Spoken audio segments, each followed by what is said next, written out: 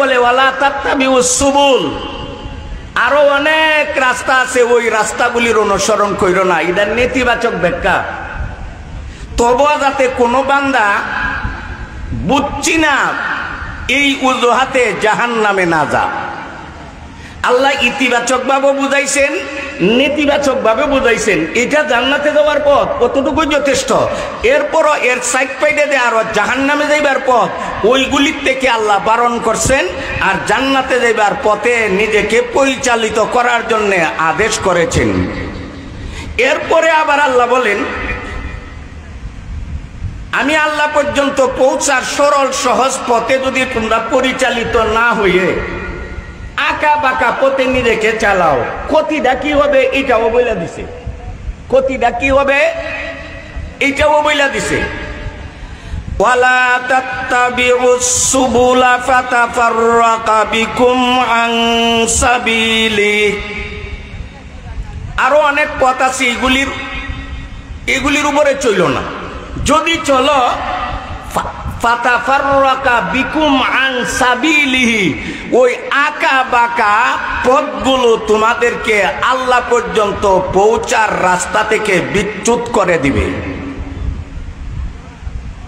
বিচ্যুত করে দিবে।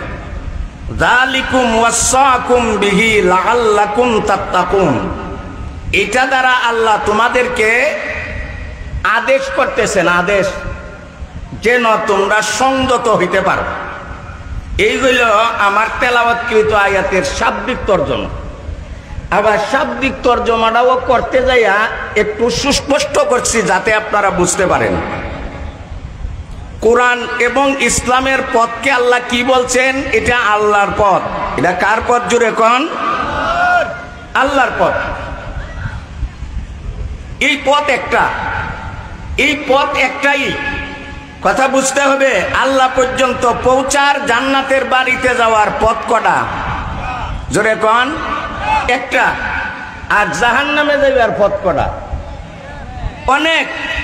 একটা ক্ষেতের মধ্যে 29 নামক দান, এক নামের দান হই থাকে, কিন্তু একটা ক্ষেতের মধ্যে গাছ এক নামের থাকে না, গাছ থাকে হাজার নামের, হাজার কালারের, হাজার স্টাইলের, হাজার ভঙ্গিমার। একটা নিকেতের মধ্যে 29-এর দান লাগাইছে, নাইলে এখন কইল বঙ্গবন্ধু দান, ফজিলত বেশি। এক বেটা এক কানি খেত বঙ্গবন্ধু দান লাগাইছে, পুরাটা এক কানি খেতে ক নামের দান? এক নামের। কিন্তু এই খেত দেখ গাছ উঠে, এগুলি এক নামের গাছ উঠে না বিভিন্ন নামের? এক কালারের না বিভিন্ন কালারের? এক সাইজের না বিভিন্ন সাইজের? হ্যাঁ, দান্দারে ধ্বংস করার জন্য যেইভাবে বিভিন্ন কালারের বিভিন্ন সাইজের আগাছা আক্রমণ করে, একটা মাত্র জান্নাতে যাওয়ার পথ থেকে মানুষকে গুমরা করার জন্য শয়তান আর কিছু মানুষরা হাজার রাস্তা আবিষ্কার করে। এজন্য ওয়ালা তাত্তাবিউস সুবুল, ইয়ান সাবিলের বহু বচন সুবুল আনা হইছে। শয়তানের পথ অনেকগুলো, জাহান্নামে যাইবার পথ অনেকগুলো, অনেকগুলো। একজন মানুষ ঢাকা শহরে গেলে, ঢাকা থেকে পূর্ববাগ আসতে গেলে রাস্তা একটা হই। রাখেন, ঢাকা থেকে আসতে গেলে এক মুখ এক রাস্তা। আর সে পূর্ববাগ না আইসা যদি জগৎ বাংলাদেশের যে কোনো জায়গায় যা, তাহলে তার জন্য হাজার রাস্তা, তার জন্য হাজার রাস্তা খোলা আছে। নিজ বাড়িতে আসতে গেলে সুনির্দিষ্ট একটা রাস্তা, আর নিজের বাড়ি বুইলা আর একজনের বাড়িতে যাইতে গেলে তার জন্য একটা রাস্তা না, হাজার রাস্তা খোলা থাকে। ঠিক তদ্রূপ নিজ বাড়ি জান্নাতে যাওয়ার জন্য সিরাতে মুস্তাকিম নামক রাস্তা একটা, আর জান্নাতের বাড়ি বুইলা জাহান্নামে যাওয়ার জন্য গুমরাহি আর পথভ্রষ্টতার রাস্তা হাজার হাজার। আগেও ছিল, এখনো আছে, ভবিষ্যত একদল শয়তান মার্কা মানুষ চাই বলে আবিষ্কার করবে।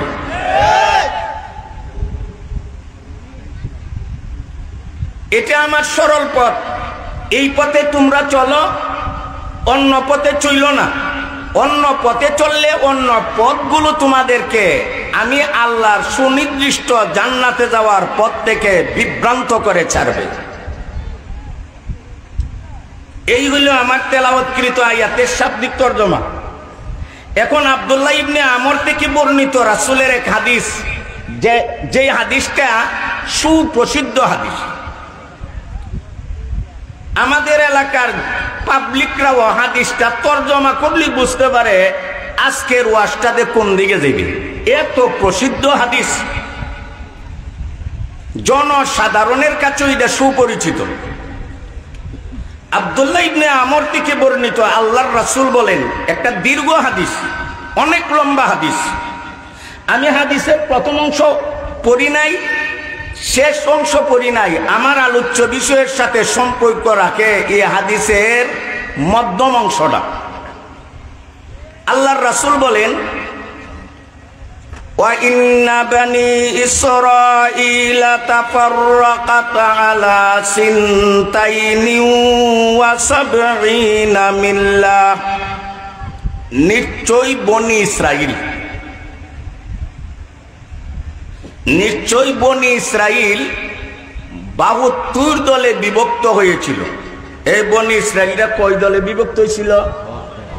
ক্ষেতের লাইন লইয়া মারামারি কইরা 72 দলে বিভক্ত হয়েছে না ধর্ম লইয়া?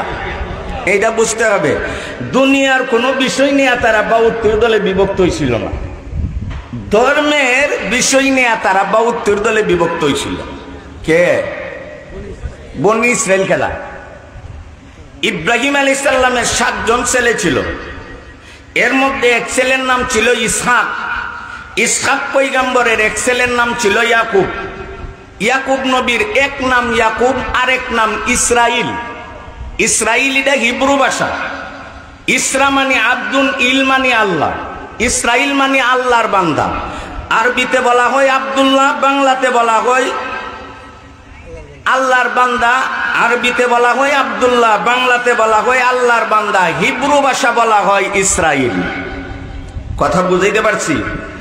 এই যে ইব্রাহিম আলাইহিস সালামের ছেলে ইসহাক, ইসহাকের ছেলে ইয়াকুব, ইয়াকুবের দ্বিতীয় নাম ইসরাইল। এই ইসরাইল নামক ইয়াকুবের ছিল 12 পুত্র। 12 পুত্র থেকে 12টা গোষ্ঠী তৈরি হয়েছে।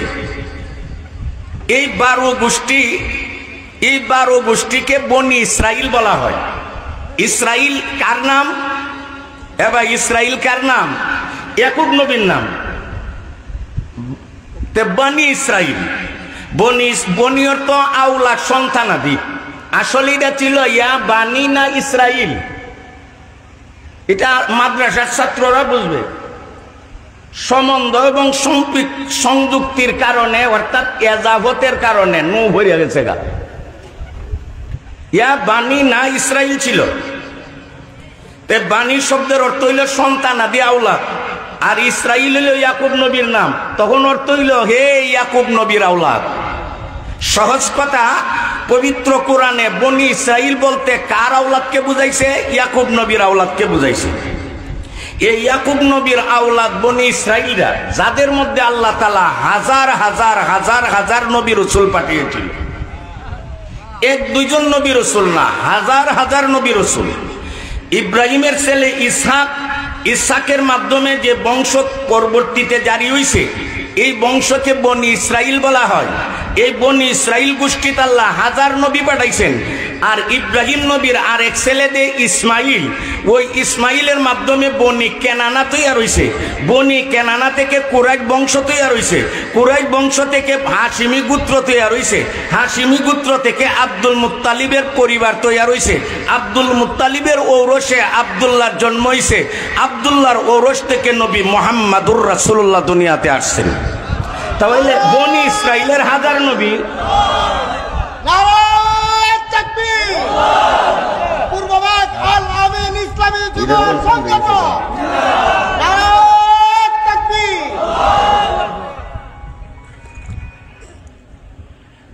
যেই বনি ইসরাইলে হাজার নবী ছিল, এই বনি ইসরাইল মৌলিকভাবে ইব্রাহিম নবীর থেকে তৈরি হয়েছে। আর যেই বনি ইসমাইলের মধ্যে মাত্র একজন নবী, এই বনি ইসমাইল ইব্রাহিম থেকে তৈরি হয়েছে। তাহলে উভয়ের গোড়া এক না ভিন্ন? গোড়া এক। তাদেরকে বলা হয় বনি ইসরাইল। মুসা নবী ছিলেন বনি ইসরাইলের নবী, ঈসা নবী ছিলেন বনি ইসরাইলের নবী, দাউদ আলাইহিস সালাম ছিলেন বনি ইসরাইলের নবী। আর আমাদের নবী বনি ইসরাইলের নবী না, বনি ইসমাইলের নবী। অর্থাৎ ইসমাইলের আওলাদ থেকে আমাদের নবীর জন্ম, আর অন্যান্য নবীদের জন্ম হইল বনি ইসরাইল থেকে, অর্থাৎ ইসহাক নবী, ইয়াকুব নবীর আওলাদ থেকে। ওই বনি ইসরাইলের কথা আল্লাহর রাসূল বলেন, ওয়া ইন্না বানি ইসরাঈলা তাফাররাকাত আলা সিনতাইনি ওয়া সাবঈনা মিল্লাহ। নিশ্চয় বনি ইসরাইলগণ 72 দলে বিভক্ত হয়েছিল। ওয়াতাফতারিকু উম্মতি আলা 73 মিল্লাহ। আর আমার উম্মত 73 দলে বিভক্ত হবে। এবার কথা বুঝতে পারছেন? বনি ইসরাইল কত দলে বিভক্ত হইছেন? ক্ষেতের লাইন লইয়া না ধর্ম লইয়া? বাড়াবাড়ি আর বিরোধিতা কি নিয়ে শুরু হয়েছিল? ধর্ম।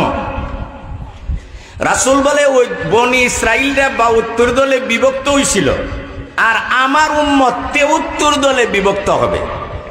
আমার উম্মত। এখন আমার উম্মত বলতে নবী কি বুঝাইছে? উম্মত 2 প্রকার। এক প্রকার উম্মত হইল উম্মতে দাওয়াত, আরেক প্রকার উম্মত হইল উম্মতে ইজাবাত। যারা নবীর দাওয়াত পাইয়া গ্রহণ করে নাই, যে কোনো কারণে, ক্ষমতার কারণে হোক, সম্পদের কারণে হোক, হিংসার কারণে হোক, যে কোনো কারণে ইসলামের দাওয়াত পাওয়ার পর যারা গ্রহণ করে নাই তারা হইল উম্মতে দাওয়াত। আর যারা দাওয়াত পাওয়ার পরে গ্রহণ করছেন, গ্রহণ করবে, তারা হইল উম্মতে ইজাবাত। অর্থাৎ নবীর ডাকে সাড়া দিল, দাওয়াত তারা মাইনা নিল। এখন রাসূল যে বলছেন আমার উম্মত 73 দলে বিভক্ত হবে, এটা কোন উম্মত? যারা দাওয়াত পাইয়া গ্রহণ করছে না তারা, না যারা দাওয়াত পাইয়া গ্রহণ করছেন তারা?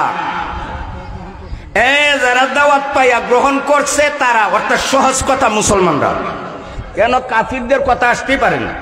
কাফিররা তো বিনা হিসাবে জাহান্নামে, মুশরিকরা বিনা হিসাবে জাহান্নামে, নাস্তিকরা বিনা হিসাবে জাহান্নামে, মুরতাদরা বিনা হিসাবে জাহান্নামে, পৌত্তলিকরা বিনা হিসাবে জাহান্নামে, ভাস্কর্য পূজারীরা বিনা হিসাবে জাহান্নামে, মূর্তি পূজারীরা বিনা হিসাবে জাহান্নামে।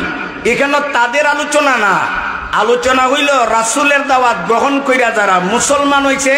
রাসূল বলে আমার এমন মুসলমান উম্মত 73 দলে বিভক্ত হবে। মানে ক্ষেত লইয়া কাজ লাগবো, কাজটা কিটা হইব ওই সামনে আসতেছে। রাসূল বলে বনি ইসরাইল কয় দলে বিভক্ত হয়েছিল? ভাই কয় দলে? আর আমাদের নবীর মুসলমান উম্মত কয় দলে বিভক্ত হবে? রাসূল বলে কুল্লুহুম ফিন্নার, সবাই জাহান্নামে। যত দল হবে সব দল জাহান্নামে, ইল্লা মিল্লাতা ওয়াহিদা, তবে একটা দল বাদে।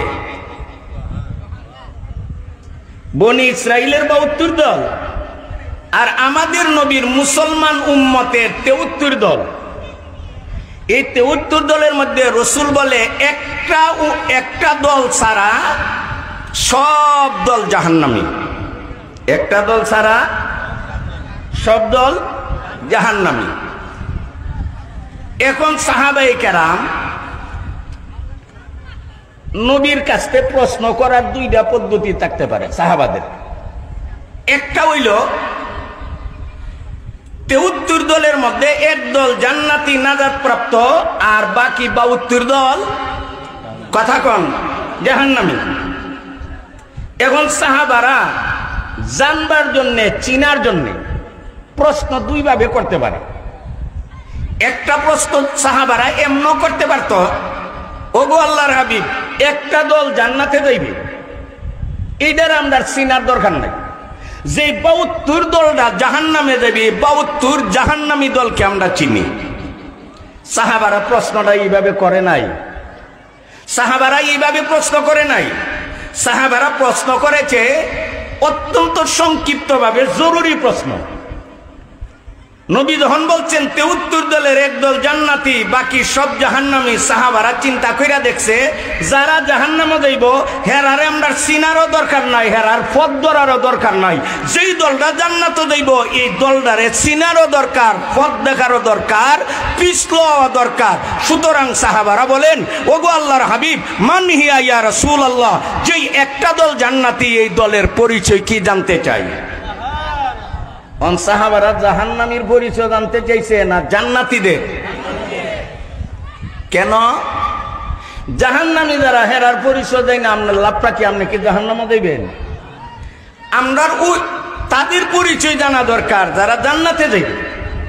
আপনার বাড়ির পূর্বভাগ, আপনি ঢাকা গেছেন, রাস্তা চিনেন না, বাড়ি আসার মতো ব্যক্তিগত কোনো যোগ্যতা নাই।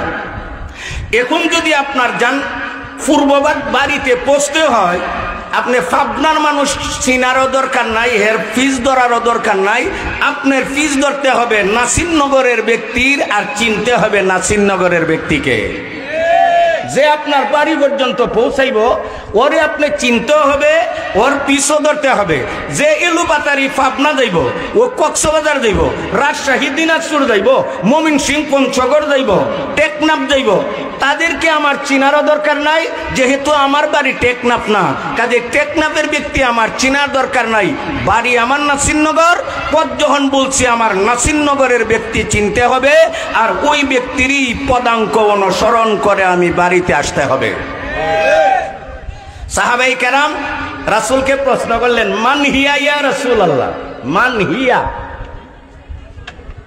আই আল মিল্লাতুল ওয়াহিদা ওয়াল ফিরকাতুন নাজিয়া, মা হিয়া? হুজুর, নাজাতপ্রাপ্ত দলটা দেহেরা কারা? ক্বালা, জবাবে রাসূল বলে, মা আনা আলাইহি ওয়া আসহাবি।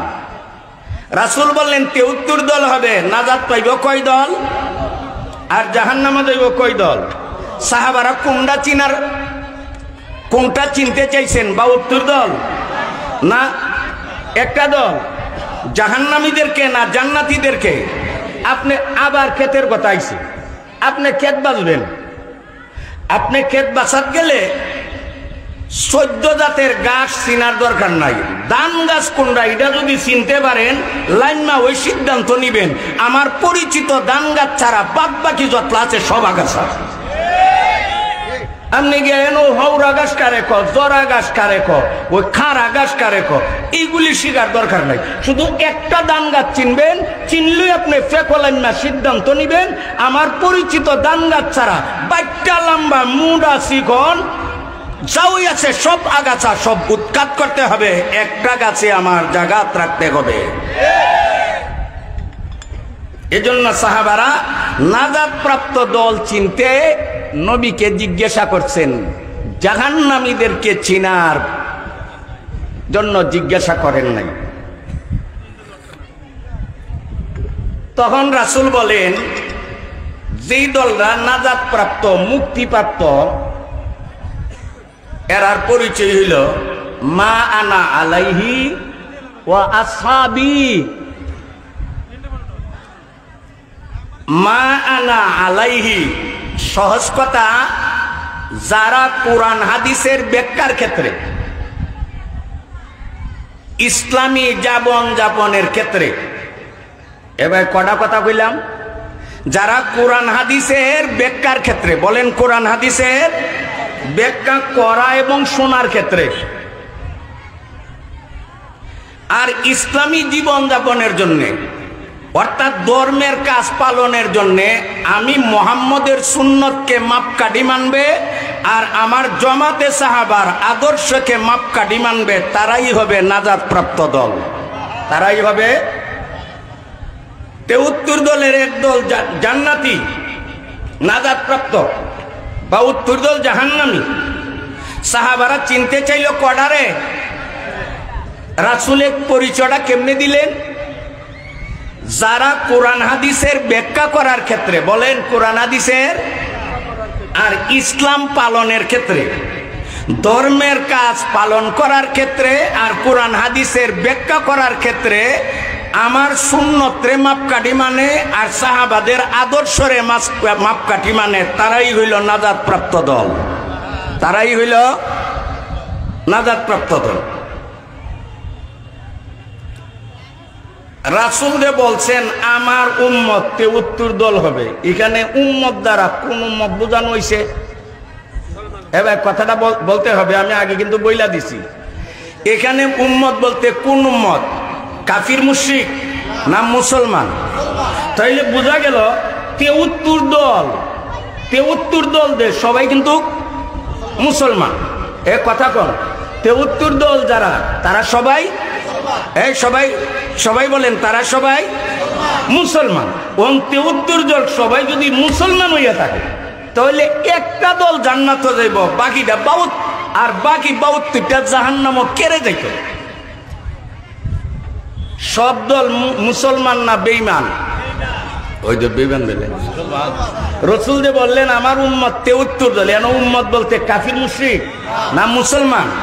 তাহলে যে ৭৩টা দল, এই ৭৩টা দল সবাই মুসলমান কিনা বলে? সবাই যদি মুসলমান হইয়া থাকে, সবাই যদি মুসলমান হইয়া থাকে তাহলে একটা কেন জান্নাতে যাইত আর বাকি ৭২টা কোন দুঃখে জাহান্নামে যাইত? যে একটা জান্নাতে যাইব হেরাও মুসলমান, যে ৭২ দল হেরাও তো মুসলমান। তাহলে মুসলমান হইলে সবাই যদি মুসলমান হইয়া থাকে তে একটা জান্নাতি, বাকিগুলি জাহান্নামে কেন যাইত? দেখেন আমার এই কথা বুঝেননি, এই কথা যদি না বুঝেন পরবর্তী কোনো কথা বুঝবেন না। রাসূলে বলছেন আমার উম্মত ৭৩ দল হবে, উম্মত বলতে কি বুঝাইছেন? সবাই বলেন উম্মত বলতে মুসলমান। তাইলে যে ৭৩টা দল নবীর উম্মতের মধ্যে হইব, এগুলি কি মুসলমানের মধ্যে দল হইব না বেঈমানদের মধ্যে? মুসলমানের মধ্যে ৭৩ দল। তে মুসলমানের মধ্যে যদি ৭৩ দল হইয়া থাকে তে একটা দল জান্নাতে যাইব আর বাকি ৭২ দল মুসলমান হওয়ার পর জাহান্নামে কেন যাইবে? এইটা হইল প্রশ্ন। এটা হইল জাহান্নামে খালি মুশরিকরা আর কাফিররা তারাওই যাবে না, অনেক মুসলমানও জাহান্নামে যাইতে হবে। মুমিনে আসি নাফরমান মুসলমানও জাহান্নামে যাইতে হবে। যে ৭৩ দলের আলোচনা রাসূল হাদিসে করছেন এটা বেঈমান উম্মত না, মুসলমান উম্মত। মুসলমান উম্মত ওই ৭৩ দল হবে, এর মধ্যে একটা দল নাজাত প্রাপ্ত হবে, অর্থাৎ তারা বিনা হিসাবে জান্নাতে যাইবে আর বাকি ৭২ দল জাহান্নামে যাইবে। বলেন যেই দলটা জান্নাতে গেল তারা মুমিন না কাফির? আর যে ৭২ দল জাহান্নামে যাইব হেরা কিটা? এরাও তে মুসলমান হইয়া ৭২ দল সবাই মুসলমান, একটা দল কেন যাবে জান্নাতে? কোন গুণের কারণে? আর ৭২ দল কোন দোষের কারণে জাহান্নামে যাইবে? যারা যাবে জান্নাতে তারার গুণটা কি, আর যে ৭২ দল যাবে জাহান্নামে আর দোষটা কি? এটা হইল আজকের আলোচ্য বিষয়। কথা বুঝাইতে পারছি নি? দেখেন দল কটা, কটা দল? ৭৩। কাফির মুশরিকের দল না মুমিন মুসলমানের দল? জান্নাতে যাইব কয় দল আর বাকি ডি কই দিব? ৭৩ দল সবাই মুসলমান, এর মধ্যে একটা দল কোন গুনার বিশেষণের কারণে জান্নাতে যাইবে আর ৭২ দল কোন অপরাধ আর অন্যায়ের কারণে জাহান্নামে যাইবে। এইটাই আমরা বিষয়বস্তু। এখন আসেন, আমরা ছোট্টবেলা মক্তবে যখন পড়তাম সবাই আপনারা এই তালিম পাইছেন। পবিত্র মেশকাত শরীফের যতগুলি হাদিস সংকলন করা হয়েছে এর মধ্যে একদম প্রথম পর্যায়ের একটা হাদিসের নাম হইল হাদিসে জিব্রাইল। এই হাদিসের নাম হাদিসে জিব্রাইল কেন রাখা হইল? এই সমস্ত আলোচনা পাবলিকের দরকারও নাই আর পাবলিককে করারও দরকার নাই, পাবলিক এটা শোনারও দরকার নাই। হাদিসটার নাম হাদিসে জিব্রাইল কেন? এর নামকরণের কারণ পাবলিকের জানারও দরকার নাই, এটার পাবলিকের নাজাত মুক্তির কোনো সম্পর্ক নাই। পাবলিকের জানার দরকার হইল হাদিসে জিব্রাইলে কি কি বিষয় নিয়ে আলোচনা করা হয়েছে এইটা জানা দরকার। এজন্য মুহাদ্দিসিনে কেরাম যখন মাদ্রাসাতে হাদিস পড়ান, ছাত্রদেরকে বইলা দেন এই হাদিসের নাম হাদিসে জিব্রাইল কেন হইল। আমি সময়ের অভাবে বলবো না। এ হাদিসে জিব্রাইলের মধ্যে জিব্রাইল আমিন একবার যুবকের আকৃতি ধারণ করে, মাথার চুল ছিল কালো, গায়ের জামা ছিল দবদবে সাদা, ইয়াং যুবকের আকৃতি ধারণ করে আল্লাহর রাসূলের দরবারে হাজির হয়ে নবীকে কতগুলি প্রশ্ন করছিলেন। নবীরে সাহাবারানে প্রশ্ন করব, জিব্রাইলে কেন করে এই সমস্ত কথাও পাবলিকে জানার দরকার নেই। জিব্রাইল রে মানুষের সুরত দেওয়াইয়া নবীর ভিতরতে গুতাইয়া আল্লাহ জবাব বের করে কেন, এগুলি পাবলিকের জানার দরকার নেই। জবাবটা রাসূলে কি দিছিলেন এটা পাবলিকের জানা দরকার। জিব্রাইল আমিন রাসূলকে প্রথম প্রশ্ন করছিলেন, আখবিরনি আনিল ইসলাম, হে মুহাম্মদ ইসলাম কাকে বলে। আমি কিন্তু হাদিসের ব্যাখ্যা সরা করতে গেছিলাম, সরা করতে গেলে ঘন্টার পর ঘন্টা দেবে গাইয়ে হাদিসের ব্যাখ্যাটা করতে। জিব্রাইল মুহাম্মদ কইল কেন, রাসূলুল্লাহ কইল না কেন, এখানে অনেক কথাবার্তা আছে, উমরের রাগ গুসার কথা আছে। জিব্রাইলে নবীরে প্রশ্ন করলো, আখবিরনি আনিল ইসলাম, হে আল্লাহর হাবিব ইসলাম কারে ক বলেন। তখন রাসূল বললেন, এই জিনিসের নাম ইসলাম। এরপরে রাসূলের জবাব দেওয়ার পরে জিব্রাইলে ক কাদ সাদাক্তা, আপনি ঠিকই বলছেন। উমরে বলেন, আমার রাগ তার আচরণ দিকে আগে উঠছিল, আর এখন আরো রাগ বাড়ছে। আল্লাহ কোরআনে বলছে ডাইরেক্ট নবীকে মুহাম্মদ নাম ধরে ডাকা যাবে না। ওই লোকটা কইতে আইলো আইয়া নবীকে মুহাম্মদ কইল, এ সময় একটা রাগ উঠছে। এরপরে রাগ সামলাইছি, সে নবীর ইসলাম সম্পর্কে প্রশ্ন করছে, রাসূল ইসলাম এই জিনিসের নাম জানাইয়া দেওয়ার পরে সে ঠিকই বলছেন। পরে ঠিকই বলছেন দ্বারা বোঝা যায় সে আগেই জানে, আর আগের প্রশ্ন দ্বারা বোঝা যায় সে জানে না। যদি জান না তাকে প্রশ্ন করলো কেন, আর যদি প্রশ্ন কইরা জান না ওই তাকে ঠিক না বেঠিক এটা বুঝলো কেন। উমর এ তার দ্বিমুখী আচরণের কারণে আমার রাগ হচ্ছে, কিন্তু নবীর সামনে দিকে কিচ্ছু করি না।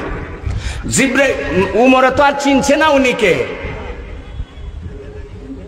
এরপরে জিব্রাইল আবার রাসূলকে প্রশ্ন করে, আখবিরনি আনিল ঈমান। প্রথম প্রশ্ন ছিল ইসলাম নিয়া, এরপরের প্রশ্ন হইল ঈমান। বোঝা গেল ঈমান আর ইসলাম একটু বেশ কম আছে। এই আল্লাহর দ্বারে গ্রহণ হওয়ার ক্ষেত্রে কোনো বেশ কম নাই, এলমি আলোচনার ক্ষেত্রে বেশ কম। আল্লাহর দ্বারে ওই ইসলাম গ্রহণযোগ্য যেটা ঈমান মার্কা, আল্লাহর কাছে ওই ঈমান গ্রহণযোগ্য যেটা ইসলাম মার্কা।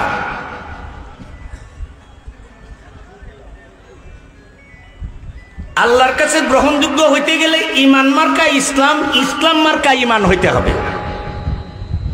অন্তরের বিশ্বাস বাহ্যিক আমল দ্বারা দেখাইতে হবে, আর বাহ্যিক কাজের সাথে অন্তরের মিল থাকতে হবে, তাহলে আল্লাহর কাছে ইসলাম আর ঈমান গ্রহণযোগ্য। জিব্রাইল রাসূলকে প্রশ্ন করলেন, আখবিরনি আনিল ঈমান, হুজুর ঈমান কারে কয়?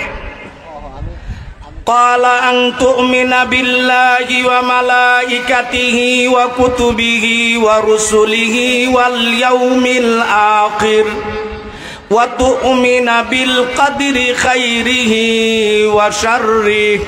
এই ছয়টা কথা রাসূল বলছেন। জিব্রাইল যখন নবীরে বললেন, হুজুর ঈমান কাকে বলে, ঈমান কোন জিনিসের নাম, তখন রাসূল বলেন, আন তুমিনা বিল্লাহ, তুমি আল্লাহকে বিশ্বাস করতে হবে, ওয়া মালাইকাতিহি, আল্লাহর যাবতীয় ফেরেশতা বিশ্বাস করতে হবে,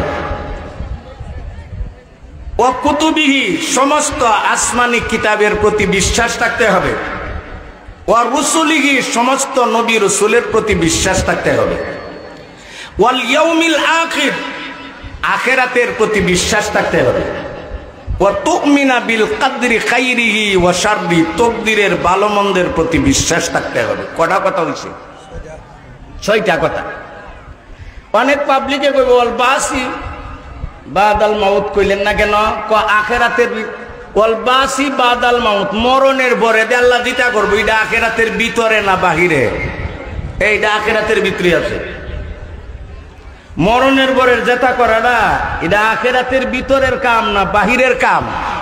কাজে আখিরাতের প্রতি বিশ্বাস, এটা কবরকেও বোঝা, আখিরাতের প্রতি বিশ্বাস, ফুল সেরাত হাসর নাসর জান্নাত জাহান্নাম পুনরুত্থান সবকিছুকে বোঝা। জিব্রাইলে বললেন মাল ইমান বা আখবিরনি আনিল ইমান, ইমান কাকে বলে?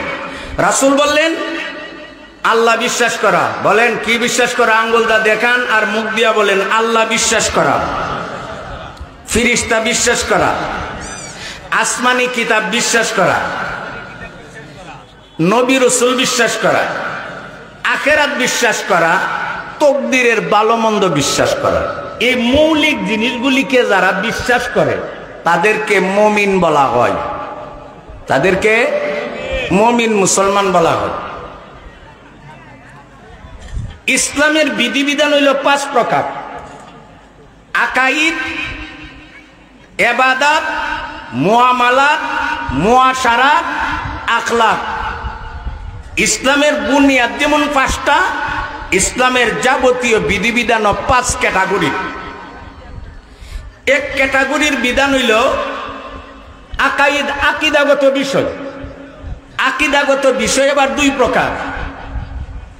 কিছু আকীদাগত বিষয় হইল যেগুলির কথা আল্লাহর রাসূল কোরআন সুন্নাতে বিস্তারিত আলোচনা করছে, ওইগুলির উপরে বিস্তারিত ঈমান আনতে হবে। আর কিছু আকীদা এমন আছে যেটার আলোচনা কোরআন সুন্নাহর মধ্যে ইজমালি সংক্ষিপ্ত করা হয়েছে, যেটার আলোচনা সংক্ষিপ্ত আকারে এটার উপরে সংক্ষিপ্ত ঈমান আনতে হবে, যেটার আলোচনা সবিস্তারে এটার উপরে ঈমানও আনতে হবে সবিস্তারে। ঠিক না বেঠিক? জোরে কোন।